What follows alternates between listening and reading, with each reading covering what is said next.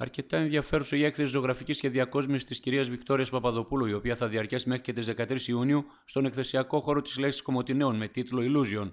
Ένα πρωτότυπο εικαστικό ταξίδι όπου η τέχνη συναντά τη φαντασία. Την ονόμασα Illusion, που σημαίνει ψευδαίσθηση, παραίσθηση, γιατί τα έργα που θα δείτε εδώ σήμερα είναι διαφορετικά από την άποψη τεχνοτροπίας και θέματος.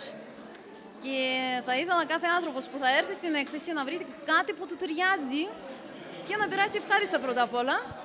Τα θέματα τι περιλαμβάνουν? Τα θέματα είναι διαφορετικά. Πιο πολύ χωρίζονται σε τεχνοτροπία, γιατί θα έχω έργα σε γυαλί, λεγόμενη γυαλογραφία, που μου αρέσει πάρα πολύ, έχει ζωντανά χρώματα και ταιριάζει απόλυτα σε κάθε είδους design.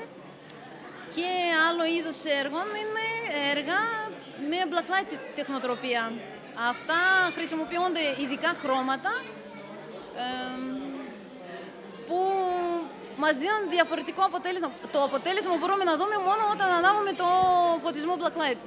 Η κυρία Παπαδοπούλου μίλησε για τα μελλοντικά της σχέδια. Τα μελλοντικά μου σχέδια είναι...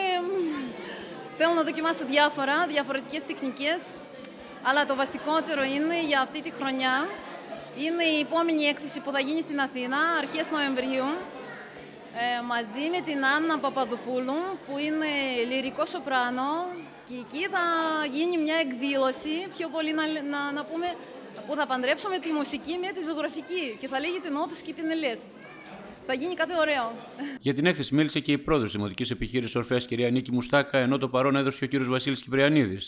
Είναι κάτι που έλειπε από την πόλη μας αυτή η τεχνοτροπία, αυτό το είδος τέχνης. Είναι πάρα πολύ αξιόλογη σαν έκθεση. Μπορώ να πω στα 4 χρόνια που είμαι στο Δήμο και έχω έρθει σε πάρα πολλές εκθέσεις, είναι η έκθεση. Πράγματι, της αξίζουν συγχαρητήρια, είναι μια νέα τεχνοτροπία. Τα τόσα χρόνια που είμαι και εγώ στα πολιτιστικά του Δήμου δεν έχει ξαναγίνει. Πράγματι είναι μια αξιέπαινη προσπάθεια.